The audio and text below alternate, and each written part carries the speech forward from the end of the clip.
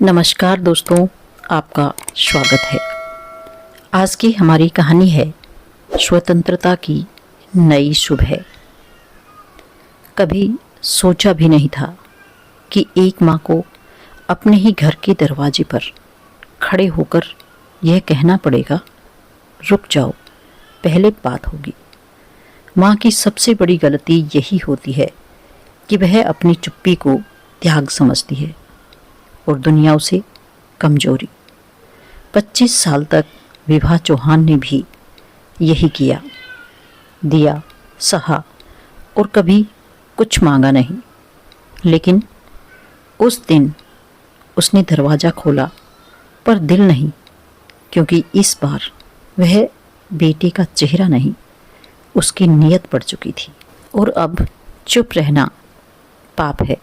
दोस्तों, कहानी में आगे बढ़ने से पहले मेरा आपसे अनुरोध है कि यदि आप मेरे चैनल पर नए हैं तो इसे सब्सक्राइब कर लीजिए।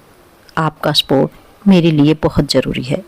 और यदि आपको कहानी अच्छी लगती है तो उसे लाइक और शेयर भी कीजिए। आइए शुरू करते हैं आज की कहानी। सुबह का वक्त था। खिड़कियों से छनती हुई हल्की सुनहरी धूप आंगन के बीचों बीच लगे तुलसी चौरे पर पड़ रही थी। हवा में चंदन और भीगी हुई मिट्टी की मिली जुली सौंधी सी गंध थी। उस बड़े खुले शांत मकान में हर चीज अपना वजूद लिए खामोशी से सांसें ले रही थी, जैसे कोई मंदिर हो जिसमें आरती शुरू होने से पहले की पवित्र शांति ठहरी हो। वहीं खिड़की के पास रखी झूलेदार कुर्सी पर बैठी थी विभा चौहान। उम्र 65, पर चेहरे पर समय की हार नहीं बल्कि सचेत स्वीकृति की उजली शांति। 25 साल पहले पति का देहांत हुआ था, पर उसने कभी किसी को अपनी विडंबना का तमाशा नहीं बनने दिया। ना किसी के घर सिर झुकाकर रहने गई, ना किसी पर बोझ बनने दिया खुद को। जीवन की अग्नि परीक्षा उसने अपनी चुप्पी में दी और अपनी ही रोशनी में खड़ी भी रही। यह मकान 5 कमरों का नहीं था, 5 जन्मों की तपस्या का प्रतीक था। इसी छत के नीचे उसने अपने सुहाग की यादों को, अपनी इज्जत को, अपनी सांसों के अधिकार को बचाकर रखा था। घर की दीवारों पर जगह जगह उसके हाथों की मेहनत, उसके अकेलेपन का संयम और उसकी आत्मा की ऊष्मा महसूस की जा रही थी। लोग कहते, इतना बड़ा घर अकेले कैसे संभालती हो? वह बस मुस्कुराकर कहती, घर ईंटों से नहीं, आत्मा से चलता है। अकेली हूँ पर खाली नहीं हूँ। सुबह की चाय का प्याला विभा जी के हाथ में था। सामने खुला बाग, पेड़ों पर चहचहाते पक्षी। जिंदगी यूं सदियों से चलती आ रही थी, शांत, नियंत्रित और उसके अपने नियमों पर। विभा जी सचमुच अकेली नहीं थी। वह अपने आत्मसम्मान की साक्षात संरक्षिका थी। दोपहर का वक्त था। धूप थोड़ी तीखी हो चली थी, फिर भी घर के आंगन में फैली हरियाली उसे मुलायम बना रही थी कि दरवाजे की कुंडी अचानक चटक कर खुली।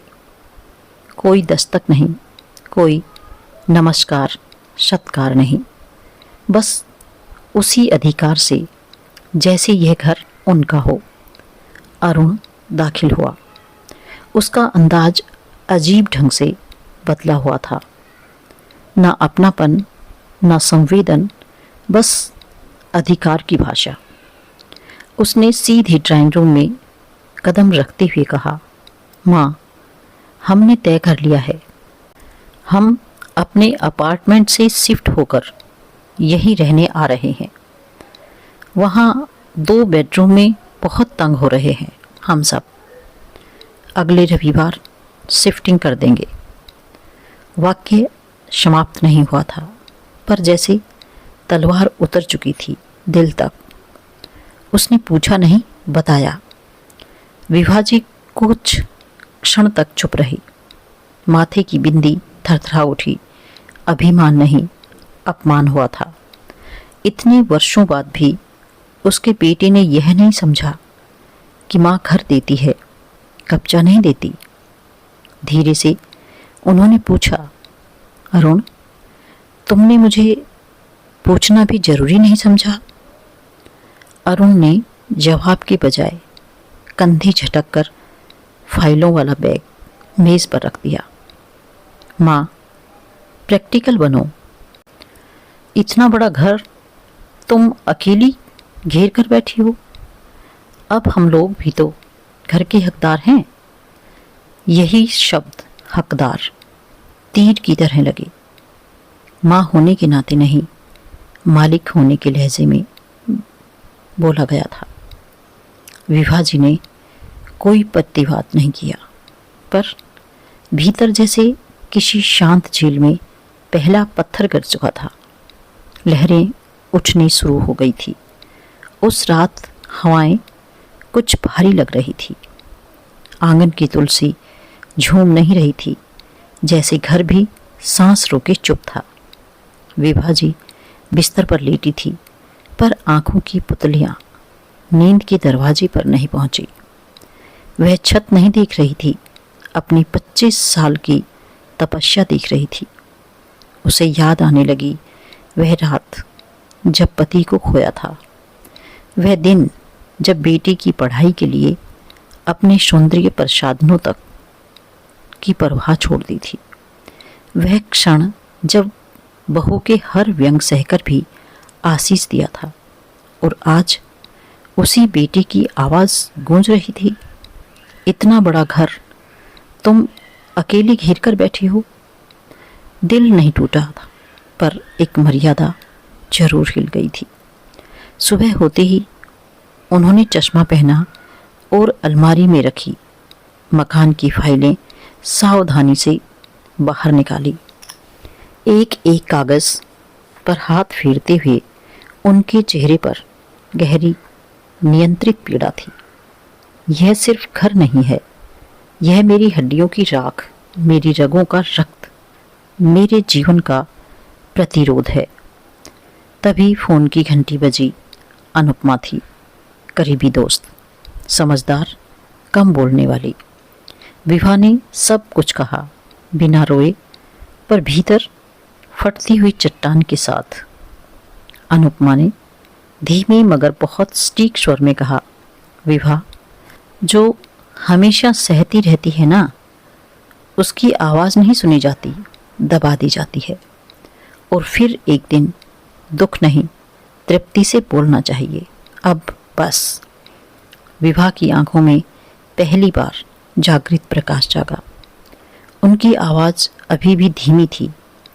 अनुपमा, क्या मैं ना कह सकती हूँ?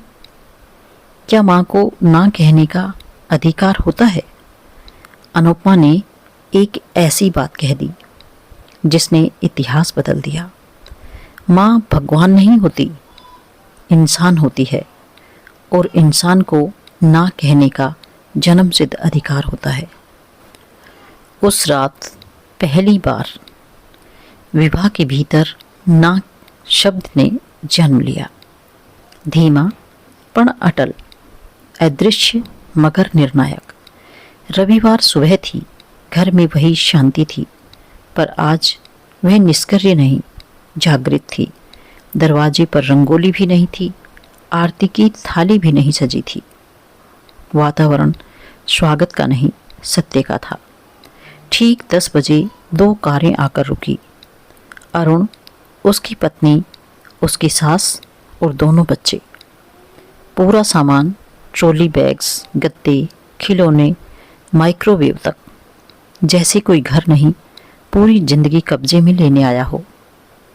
अरुण ने बिना देखे, बिना रुके कहा, माँ, गेट खोल दीजिए।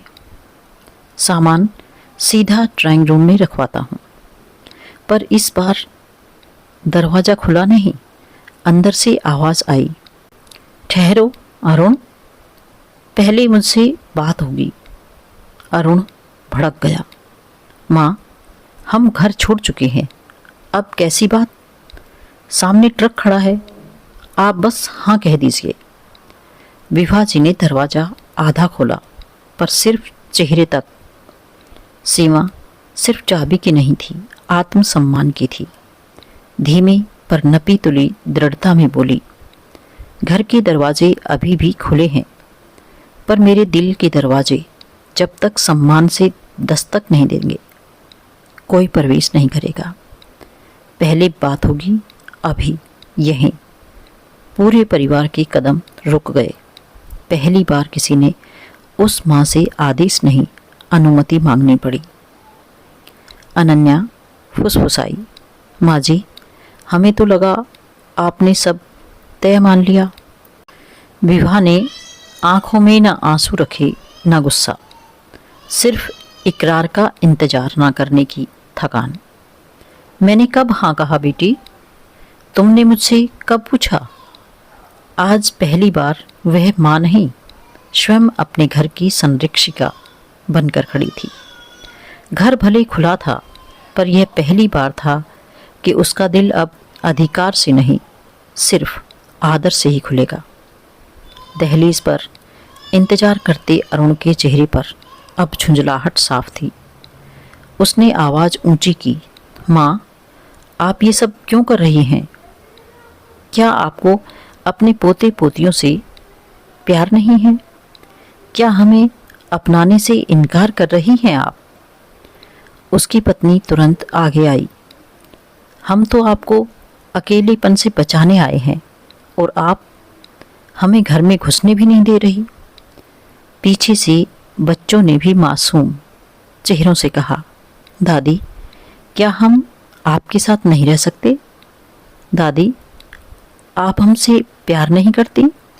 यही वह क्षण था जहां आजीवन संयम नींव बनकर नहीं, स्तंभ बनकर खड़ा होना चाहता था। विभा जी ने बड़ी शांति से दुपट्टे को ठीक किया और पहली बार सीधे बेटी की आंखों में देखा। प्यार मांगता नहीं, आदर देता है अरुण। और तुम ये सवाल आज मुझसे पूछ रहे हो?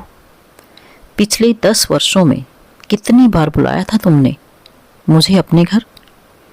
कितनी बार कहा, माँ, कुछ दिन हमारे पास रह लो? या फिर हर बार बस काम करवाने वाली बुजुर्ग समझा? अरुण का चेहरा ठिठक गया। उसने बोलने की कोशिश की, पर शब्द नहीं निकले। पहली बार उसका तर्क नहीं, उसकी चुप्पी जवाब दे रही थी। विभा की आवाज़ टूटकर नहीं, पिघल कर इस बात बनी थी। मैं माँ थी अरुण, माँ, नौकरानी नहीं। प्यार दिया था, अधिकार बांटा नहीं था। और जो आदर नहीं देगा उसे इस घर में जगह नहीं मिलेगी। घर के आंगन की हवा झुकती हुई लगी और अरुण का अहंकार पहली बार भीतर कहीं चटकने लगा। अब हवा में भावनाएं नहीं, सच का वजन तैर रहा था।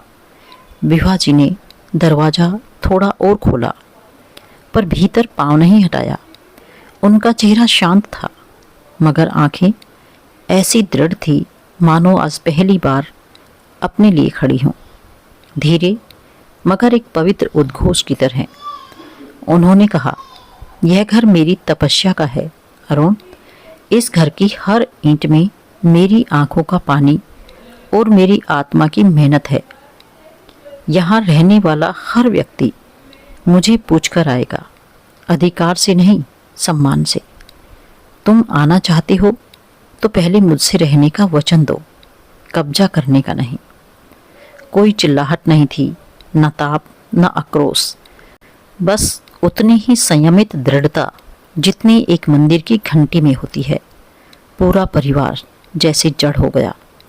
अनन्या की आंखें नम थी, बच्चे चुप थे। अरुण, जिसने अपनी माँ को हमेशा सेवा भाव में देखा था, आज पहली बार उनके स्वाभिमान के सामने झुक गया। कुछ पल की गहरी चुप्पी के बाद उन्होंने सामान वहीं छोड़ा और कार में लौट गए। अपमानित नहीं, पर भीतर से झकझोर दिए गए, क्योंकि आज माँ ने दरवाज़ा बंद नहीं किया था, बस अदृश्य मर्यादा की एक स्पष्ट रेखा खींच दी थी। दोपहर होते होते घर फिर से शांत हो चुका था, पर इस बार सन्नाटा नहीं था, स्वतंत्रता की धीमी ध्वनि थी। विभाजी ने उसी शाम योगासन फिर से शुरू किया। पुरानी आध्यात्मिक किताबों के पन्ने फिर खुलने लगे। पास के बुक क्लब ने महीनों बाद उनकी हाजिरी देखी। वह अब किसी की मां नहीं, पहले खुद की संरक्षिका थी। उनकी दिनचर्या बदल नहीं रही थी, बस पहली बार वह बिना डर थी, बिना किसी इंतजार के और पूरी तरह अपनेपन से। साल बीत चुके थे, घर पहले जैसा ही था, पर अब हर सुबह मंत्रों और मिट्टी की महक से शुरू होती थी। बाजू वाले मंदिर की घंटियां और उसके भीतर की शांति, एक तपस्विनी के जीवन का परिपक्व मौन। उसी संध्या मुख्य दरवाजे पर एक धीमी दस्तक हुई। विभा ने दरवाज़ा खोला। अरुण खड़ा था, अकेला। चेहरे में उम्र उतर आई थी, आंखों में अहंकार नहीं, उत्तर खोजता पश्चाताप। उसने कदम नहीं बढ़ाए, सिर झुकाकर वहीं खड़ा रहा। माँ, मुझे माफ़ मत कीजिए, पर मुझे मार्ग दिखाइए। मैं समझ गया हूँ, घर लेना आसान है, पर माँ के आशीर्वाद के बिना घर में रोशनी नहीं होती। कमरा भारी नहीं था, हल्का था, क्योंकि अब कोई शिकायत जीवित नहीं थी, केवल समय के धैर्य की परिपक्व विजय खामोशी। विभा ने धीरे से मुस्कुराकर कहा, माफ़ी का नहीं, समझ का समय है अरुण। प्रेम अधिकार नहीं होता, एक सत्कार होता है। माँ पालती है जिंदगी, पर बुढ़ापे में उसे जिम्मेदारियां नहीं, शांति चाहिए। और यही वाक्य आज इस घर की दीवारों से नहीं, समाज की चेतना से टकराया था। उस दिन सिर्फ एक बेटा नहीं झुका था, एक पीढ़ी ने चुपचाप एक बात स्वीकार की थी, बुजुर्गों की सेवा बोझ नहीं, अवसर है। और माँ सिर्फ पालनहार नहीं, एक आत्मा है जिसके स्वाभिमान की रखवाली की जानी चाहिए। यही विभाजी की सबसे बड़ी विजय थी कि उन्होंने घर नहीं बचाया, बल्कि अपना अस्तित्व बचाया। तो दोस्तों, यह थी हमारी आज की कहानी। आपको कैसी लगी कमेंट करके ज़रूर बताएं, और यदि आप मेरे चैनल पर नए हैं तो इसे सब्सक्राइब करके बेल आइकॉन को ज़रूर दबाएं, ताकि आने वाली वीडियो का नोटिफिकेशन आप तक पहुंचता रहे। धन्यवाद।